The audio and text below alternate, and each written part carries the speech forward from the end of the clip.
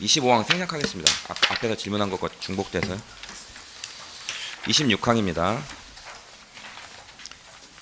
그 윤석열 전 대통령이 2시 14분경에 대적견실로 들어와서 한 4분 만에 퇴실했다는 거잖아요. 그렇죠? 정확한 시간은 모르겠습니다. 예, 예. 그 짧은 시간 만에 나갔다는 거죠. 네. 가항입니다.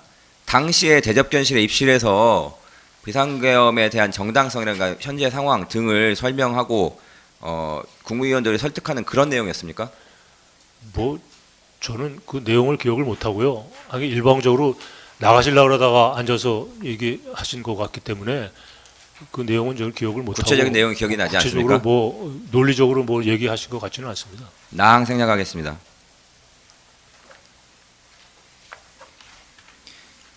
아까 증인께서 법정에서 말씀하신 내용인데요. 그 당시에 그러면 윤석열 대통령 입실했을 때 네. 피고인이 증인에게 한 번 더 말씀드려 보라 이렇게 해가지고 그 증인께서 반대 취지의 의견을 말씀하셨다는 거죠. 아니 뭐 저는 그 반사적으로 일어나서 했기 때문에 그런 환경이 아니었어요. 누가 절 보고 뭐 이래라 저래라 할 그런 시간적인 여유도 없었고 제가 한 행동은 반사적으로 일어나서 한 행동이기 때문에 뭐 논리적으로 길게 얘기한 것도 아니고 막으려고 지금 나가시면 안 된다고 생각해서 다시 한번 제고해달라 제가 제대로 모필하려고 이러는 거 아닙니까? 그런 짧은 얘기만 했기 때문에 예. 누가 뭐 이래라 저래라 하는 그런 상황이 네, 아니었어요. 기억이 나지 않는다는 예. 거죠. 라항입니다. 그때 당시 윤석열 전 대통령, 김용현 장관 또는 그 자리에 있었던 사람 중에서 이제 정족수가 찼다 또는 부른 사람이 다 왔다 이런 얘기한 걸 들은 적이 있습니까? 없습니다. 마항입니다. 반대로 또 여쭤볼게요. 그 자리에서 그러면 비상계엄 선포에 찬성하거나 동조하는 국무위원들이 있었습니까? 제가 있는 동안에 뭐 찬성 또는 동조 얘기를 하는 사람은 한 명도 없었고요. 명확히 대통령이 면전에서 반대하는 얘기를 제가 듣지를 못해서 그렇지 찬성하거나 동조하는 그런 식의 발언을 하거나 그런 건 기억 없습니다. 바항입니다. 지금 혹시 담화문 있잖아요. 네. 담화문이라는 것을 본 적이 있습니까? 저는 하여간 그날 그 본 기억이 없고 담화문은 그 대통령이 발표하실 때 휴대폰을 들고서 남아있던 사람들이 휴대폰을 통해서 들었지 담화문 자체를 본 기억이 없습니다. 27항입니다. 대통령이 이제 짧은 얘기를 하고 퇴실해가지고 브리핑룸으로 이동할 때 그때 같이 갔던 국무위원 누가 있는지 기억하십니까? 이쪽에 앉아있었던 사람 뭐 그쪽 갈 수도 없었고 저쪽 끝에 있던 사람이 누가 가는지 모르겠습니다만 제 기억으로는 대통령이 참모들이 따라 나간 거로 기억하는데 뭐 제 기억이 맞는 건지 모르겠습니다. 국민들이 다 남아 앉아 있었기 때문에 앉아서 휴대폰으로 담화문을 들었던 기억이 있기 때문에 누가 따라 나갔는지 저는 그건 모르겠습니다. 가항입니다. 좀 바꿔서 물어보겠습니다. 대통령이 브리핑룸 이동할 때 거기 남아있던 국무위원들이 그 상황에 대해서 걱정스러운 이야기를 나누었다 이런 취지셨던 거죠? 아니 그때 뭐 걱정스러운 게 아니라 이미 상황이 끝났기 때문에 저는 허탈해서 그냥 아무튼 멘붕 상태에 가만히 있었습니다. 저는 그 다음에 담화문이 휴대폰을 통해서 담화하시는 내용이 그냥 귀로 들려왔을 뿐이지 이제 다 끝나버렸구나 하는 그런 허탈감 때문에 전혀 뭐 기억나는 게 없습니다. 나항입니다. 혹시 그 당시에 뭐 멘붕 상태이고 그 체념한 상태였다고 하는데 뭐 결과론이지만 당시에 비상계엄 선포하기 전에 외부 언론에 알리는 방법이나 기타 여러 가지 그걸 막기 위해서 극단적인 조치 같은 거를 생각한 적은 없었나요 혹시? 그거 저 검찰 조사 때 검사님이 저한테 그런 질문을 하시길래 그게 말이 되는 소리입니까? 제가 외교장관인데 강요로서 대외관계를 안정시켜야 될 책임 있는 사람인데 그걸 지금 오지 말라고 막고 뭐 대외 바깥에 알린다는 게 말이 되는 거냐고 저는 답을 했습니다.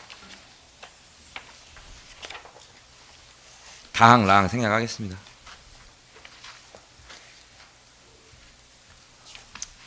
28항입니다. 대통령이 국무회의를 성회하기 위해서 오후 10시 20분까지 기다린 후에 대국민 담화를 한 것인 건가요? 그때 그런 상황 인식이 있었습니까? 다시 한번 말씀드립니다. 당시에 대통령이 원래 계획에 의하면 네. 10시에 네. 계획을 했어요, 사실은. 네. 그런데 국무회의를 성회 네. 시키기 위해서 10시 20분경까지 기다린 다음에 정족수가 찬 것을 확인하고 대국민 담화를 한 것이다라는 인식이 있었습니까 그 당시에? 제가 아까 그에 대해서 말씀드렸지만 국무회의를 성회를 시켜가지고 해산한다는 그런 얘기보다 10시라는 시간에 추가로 도착한 국무위원이 제가 보기엔 그 언제 도착한 국무위원이 최상목 부총리 한 사람밖에 없었기 때문에 그 상황에서 뭐 달라진 게 하나도 없는 상황이었거든요. 그래서 저는 한 20분 정도 늦춰놓은 게 아닌가. 김영현 장관이 늦춰놓으니까 그 사이에 뭐라도 해보려고 그랬는데 도착할 대통령께서 비상계엄 담화하시러 나갈 무렵에는 그 부른 국무위원들조차 도착하지 못한 상황이었기 때문에 그냥 결과적으로 그렇게 됐고 그냥 말씀하신 사이에 11명이 차버린 거지 사실은 2명은 대통령이 나가시려고 그럴 때 도착도 안 한 상황에서 일어난 일이거든요. 그래서 국무회의를 성회시킨다 뭔다라기보다 이 시간을 10시에 담화를 발표해놨던 그걸 못 지키니까 계속 초조해졌던 거 아닌가 저는 그렇게 생각을 하고 있다는 말씀이죠. 예. 29항입니다. 그걸 왜 10시 예정해둔 걸 못 지키게 된 겁니까? 10시에 발표하러 갔는데 총리님께서 국무위원 더 불러서 의견을 들어봐야 된다 하니까 국무위원들은 불러놨고 부른 국무위원들은 도착은 안 했고 그러니까 아마 10분, 20분 정도 더 늦춰놓은 것 같은데 그나마 도착한 사람이 최상목 부총리밖에 없는 상황에서 그냥 대통령이 뛰쳐나오신 거죠. 브리핑룸 나가신다고. 그러다가 앉으셔서 몇 마디 하시는 사이에 2명의 장관이 추가로 도착한 것 같습니다. 제가 상황을 돌이켜보면은. 그러니까 무슨 국무회의를 성회시키기 위해서 숫자를 세면서 기다렸던 게 맞는 건가? 저는 그 부분이 좀 의심스럽다는 말씀이죠. 아, 개인 생각을 말씀하시는 예, 겁니까? 제 말씀. 예, 다음 질문하시죠. 예. 다음 상황은 대통령 비상계엄 선포 후 대접견실 상황입니다. 29항입니다. 그 윤석열 전 대통령은 대접견실에서 다시 돌아와서 얘기를 하던 중에 김정한 수행실장으로부터 여러 장 문건을 건네받는 장면이 있어요. 네. 혹시 그 문건이 기억나거나 아니면 그 장면이 기억납니까? 다시 돌아와서 어떤 얘기를 했다거나? 아니 그러니까 제가 대접교실을 떠나기 전에 그 뭐 서명하라고 주려고 그랬던 문건이 그 문건 아닌가 싶은데요. 그 문건 제가 본 적도 없고 그냥 서명 못하겠다고 제가 말만 하고 접견실을 나온 기억밖에 없습니다. 30항입니다. 그러면 윤석열 전 대통령이 대접견실로 돌아와서 피고인에게 내가 가야 되는 일정을 국무총리께서 대신 해주셔야겠다 이렇게 말하거나 다른 국무위원들에게 업무 지시하는 것을 본 적이 있습니까? 기억나십니까? 그러니까 제가 아까 그러니까 돌아오신 것 자체를 잘못 기억하고 있었기 때문에 네네. 그 세세한 세부 내용은 더 기억 못하고. 그 김정한 수행실장이 서명해 달라고 한 건 기억이 나시는 건가요? 그러니까 이건 참석했다라는 걸 서명하는 거라는 식으로 들고 올라 그러는 거를 멀리 한 몇 미터 떨어진 사이에서 그 무슨 회의가 있지도 않았는데 참석은 무슨 참석이냐고 서명할 수 없다고 그러고 나왔습니다.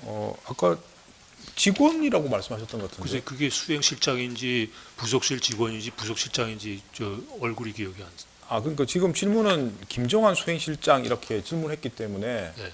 아까 또 답변하실 때는 이전에 답변은 그게 직원이라고 아마 말씀. 김정한 수행실장일 가능성이 있다는 생각은 있습니다. 아, 왜냐하면 그래서 지금 그렇게 그런 답변하시는 일을 할 사람은 수행실장이나 부속실장이나 그 자리에 그 두 사람밖에 없었기 때문에. 거예요. 서명해 달라고 한 사람은 김정한 수행실장일 것 같다.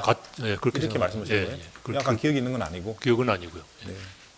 예, 다음 질문하시죠. 31항 생략하고 가항 생략하고 나항만 물어보겠습니다.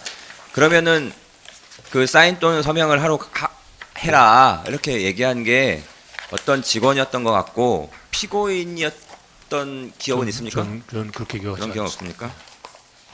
32항입니다.